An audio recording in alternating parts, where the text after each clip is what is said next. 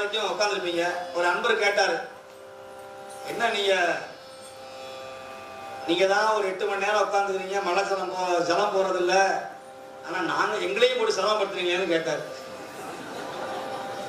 நான் யாரையும் கட்டாயப்படுத்தவே மாட்டேன்.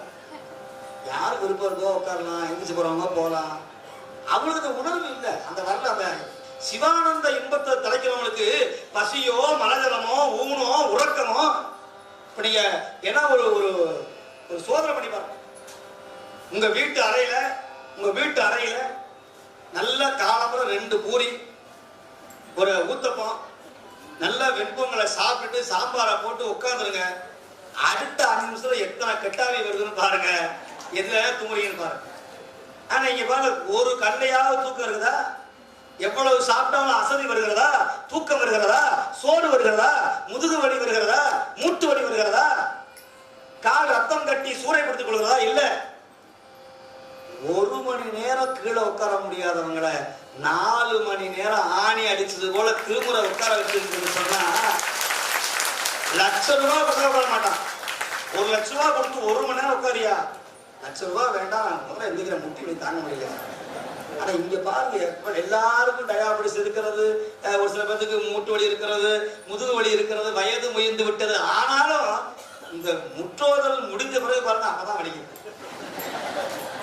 அதுவரையிலும் வலி என்பதே கிடையாது. வலி வளர்த்தான் இருக்கும்போது வலி எங்க வரும்? ஏன் திருமுறையுடைய ஆற்றல் சக்தி. வீட்டை பத்தி ஞாபகம் வருதா? மனைவியை பற்றி ஞாபகம் வருகிறதா? கணவனை பற்றி ஞாபகம் வருகிறதா? வாங்கிய கடனை பற்றி ஞாபகம் வருகிறதா? நோயை பற்றி ஞாபகம் வருகிறதா? அடுத்த மாதம் பெண்ணுக்கு திருமணம், அதை பற்றி சிந்தனை வருகிறதா? ஒன்றுமே இல்லை. தன்னை மறந்தால், தன் நாமம் கெட்டால், தலைப்பட்டால் திருமுறை தங்கை தன் தலைவன்றார். திருமுறை ஓதுங்க. அதுக்காக தான் இவ்வளவு பாடுபடுறோம். வேற எதற்காகவும் இல்லை. பணம் சம்பாதிப்பதற்காகவோ புகழ் சம்பாதிப்பதற்காகவோ ஆள் அம்பானி பேர் ஊர் காணியை சேர்ப்பதற்காகவோ இந்த வேலையை நாம் செய்யவில்லை. இதை புரிந்து கொண்டு எந்த விதமான இடைஞ்சலும் இடையூறும் தராது சைவத்திற்கு வழிவிட்டு உண்மையான தொண்டர்கள், நான் உங்களுக்காக தான் இவ்வளவு தூரம் சிரமப்படுறேன். எங்கிருந்து தான் வர்றாங்க, அவங்கள பார்க்கும்போது எனக்கு அப்படியே மனம் பதைக்கிறது. 10 மணி நேரம் 15 மணி நேரம் உறக்கம் இல்லாது ஊன் இல்லாது திருமுறை கேட்கறதுக்காக ஓடி வர்றாங்க. கடினமான உழு மாட்டை விட கடுமையா வேலை செய்யலாம். உழுகிற மாட்டை விட அது கூட கொஞ்சம் ஓய்வு. அடியாருக்கு எந்த குறையும் வந்துடக்கூடாதுன்னு எவ்வளவு பேர் காய்கறி வெட்டுவதில் இருந்து உழவார பணி செய்வதிலிருந்து கழிவறையை கையை வைத்து கழுவது வரைக்கும் பேதாபேதம் இல்லாத செய்கிறார்களே. இது போல ஒரு உண்மை தொண்டர்கள், பேதாபேதம் இல்லாத தொண்டர்கள், ஆண்டி முதல் அரசன் வரை, அந்தரன் முதல் ஆதி திராவிடர் வரை ஒரே நிலைப்பாடோடு சமத்துவத்தோடு எல்லோரும் சிவனடியார், எல்லோரும் அன்பர்கள் என்கிற நிலைப்பாடை கொண்டிருக்கிற ஒரே நிலைப்பாடுடைய சபை அல்லவா இது? நால்வர் நெறியல்லாது, அருவானுமை நாயன்மாவுடைய சீர்மை திறம்பாடாது, தனி மனித துதியை பாடாது, தனி மனித துதியை பாடாது, தன்னை பற்றி பெருமையாய் பேசிக்கொள்ளாது, எழுந்திருக்கிற எல்லா அடியார்களையும் தம்மை போல எவ்வுயிரும் தம்முயிர் போல் பாவிக்கும் எண்ணமல்லாது வேறொன்றும் அறியே பராபரமே. தொண்டர் நமக்கு பணி செய்து ஆளாக்கி விட்டு விட்டார் இன்ப நிலை தானே வந்து இது பராபரம். அடியார் இணக்கமும் நின் பூசை நேசமும் அல்லாது வேறு நிலை உள்ளதோ என்று பட்டித்தடிகள் பாடுவது போல உங்களோட இந்த 3 மணி நேரம் இது போல பதியங்கள் எல்லாம் பாடி எம்பெருமானுடைய திருக்கருணையை இந்த வாயார சொல்லி மனதினால் வழுத்தி கண்ணினால் நீர் சொரிந்து பாடுகிற அற்புத வாய்ப்பு நீங்கள் தான் எனக்கு வழங்கி இருக்கிறீர்கள் என்றுதான் நான் சொல்றேன்.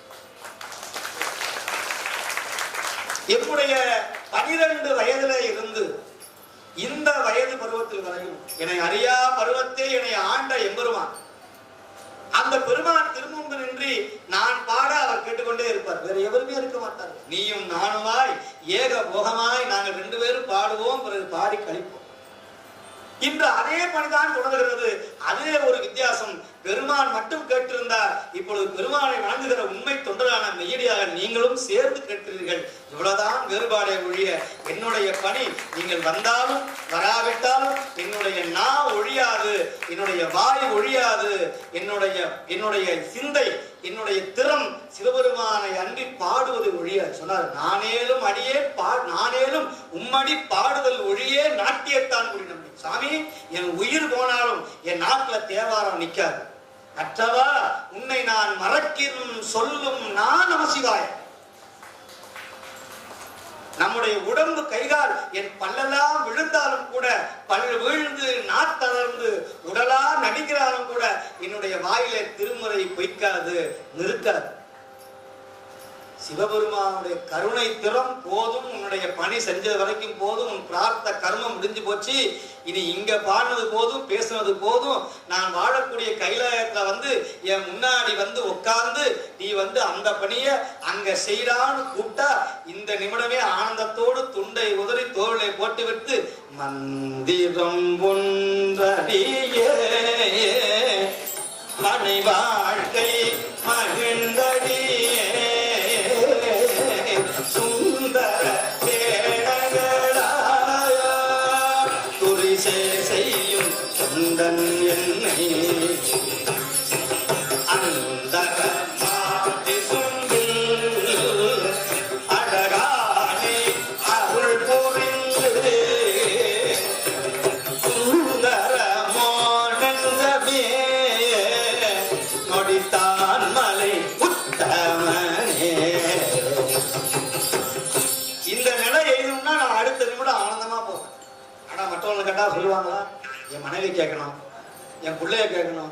இப்பதான் என் பையன் 10th படிக்கிறான், என் பிள்ளை +2 படிக்குது, அதை எக்ஸாம் முடிச்சோடனே கிளம்பிடுறேன். எக்ஸாம் முடிச்சோடனே அது படிச்சு முடி கல்யாணம் ஆகட்டும், அப்போ வந்துடுறேன். அப்புறம் பேர குழந்தை, என் பேர குழந்தைக்கு தான் பிறந்து என் முகத்தை பார்த்தே சிரிக்கிறான். அவன் பெருசா வளரட்டும், அவன் வளர்ந்துருவான். என் பேர குழந்தை இப்பதான் யூகேஜி படிக்கிறான், எல்கேஜி படிக்கிறான். அவன் கல்யாணம் ஆகட்டும், அப்ப வரேன். எப்ப ஆசையை விடாது. ஒரு துறவி என்ன பண்ணாரு, உட்கார்ந்தார். ஒரு உண்மையான சீடன் அப்படின்னா சும்மா இருக்க மாட்டாங்க. அவன்கிட்ட போய் சாமி சன்னியாசம் வாங்கணும், துறவி ஆகணும் அப்படின்னு ஆசைப்பட்டான். அதுக்கு என்னப்பா, இன்னைக்கே ரொம்ப அருமையான நாள், தீட்சை கொடுத்துட்றேன், இந்த காவி வெட்டி கட்டிக்க. சரி அப்படின்னாரு. சாமி, அதுலதான் ஒரு சின்ன சந்தேகம்.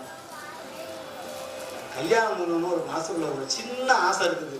என்னப்பா, இப்பதான் தீட்சை வாங்கணும் சன்னியாசம் ஒண்ணு இல்லைங்க. அடுத்த வருஷம் கல்யாணம் பண்ணிவிட்டு ஒரு 6 மாசம் குடும்பம் நடத்திவிட்டு அப்புறம் எல்லா ஆசா பாசையும் முடிச்சுட்டு நான் வந்துடுறேன் சாமி. சரிப்பா, போயிட்டு வா அப்படின்ட்டு. ஒரு வருஷம் திரும்பி வந்தான். என்னப்பா, கல்யாணம்னா ஆச்சா? குழந்தை குட்டி? ஆமா சாமி, என் மனைவி கர்ப்பமாக இருக்கிறார். நான் இப்ப எப்படி சாமி வர முடியும்? சாமி, குழந்தை பிறந்த உடனே அந்த குழந்தைய கையில கொடுத்துட்டு பேர் வச்சுட்டு அடுத்த நிமிஷம் வந்துடுவாங்க பின்னாடி. ஆமா, எழுதி வச்சுக்க சாமி. சரிப்பா, ரொம்ப மகிழ்ச்சி. குழந்தை பிறந்தனாப்பா. அந்த குழந்தை பிறந்து சீராட்டி தாளாட்டி எண்ணெய் காப்பெல்லாம் வச்சு அந்த குழந்தை நடை உடை பாவனி மயில் நிகழ்வுலாம் செஞ்சு அது ஓரளவு அம்மா முகத்தை அப்பா முகத்தை பார்த்து உயிர் காப்போட இருக்கு. இப்போ வந்தான் சிசிய குணா வந்தா கேள்வி வந்தார். என்னப்பா போலமா? சாமி, இப்போ வந்துட்டீங்களே, என் குழந்தை பாருங்க, அந்த குழந்தை முகத்தை விட்டு நான் எப்படி வரேன்? உலகத்திலேயே ரொம்ப மோசமான பாசம் புத்திர பாசம். ராமாயணம் சொல்லுது, ஒரு பையன் பெத்தாவே விடமாட்டான், 4 பிள்ளைய பெற்றிருந்த தசரதன். ஒருத்தனான போனான், ஆனா அவன் ஒருத்தனுக்காகவே உயிரை விட்டான். புத்திர பாசம் ரொம்ப மோசமான. மனைவி போனா அடுத்த கல்யாணம் பண்ணிக்கலாம், குழந்தை போச்சுன்னா ரொம்ப சிரமம். புத்திர பாசம் ரொம்ப வேதனை. சாமி, புத்திர பாசம் இருக்கே, என்ன பண்றது? சரிப்பா, அந்த பையன் நல்லா படிச்சு வளரட்டும், அவனுக்கு விவரம் தெரியட்டும், அப்ப கூப்பிட்டுங்க சாமி. சரிப்பா. பையனுக்கு 14 வருஷம் ஆச்சு. இப்ப குருநாதர் வந்தார், 40 வயசு ஆச்சு. தம்பி, சிஷ்ய பிள்ளைய என்னோட வரியா போலாம். சாமி, இந்த பையன் 14 வயசாச்சு, ஒன்னும் தெரியல, அவனுக்கு உலகமே தெரியல. இப்பதான் புதுசா ஒரு கடை ஆரம்பிச்சிருக்கிறான், ஒரு பெட்டி கடை. நான் கூட இருந்து நானும் அவன் சாப்பிடும் போது 2 மணிக்கு அவனை சாப்பிட விட்டு நான் உட்காந்துருக்கணும். என் பிள்ளைய காப்பாற்றணும். அவன் ஒரு கல்யாணம் பண்ணி விட்டு அப்புறமேட்டு அடுத்த நிமிஷம் பாருங்க வந்து நிற்பேன். 1 வருஷம் ஆச்சு. குருநாதர் திரும்பி வந்தார். அப்பா, தம்பி, கந்தா போலாமான்னார். குருநாதா, என் பையனுக்கு அடுத்த மாசம் கல்யாணம். கல்யாணம் முடிச்ச பிறகு வரேன்னு சொன்னேன். இப்பதான் கல்யாணம் முடிஞ்சது. அவனுக்கு உலகமே தெரியல. இப்பதான் புது மருமகன் வந்துக்கிறான். எங்க குடும்பமே கலகலப்பா இருக்குது.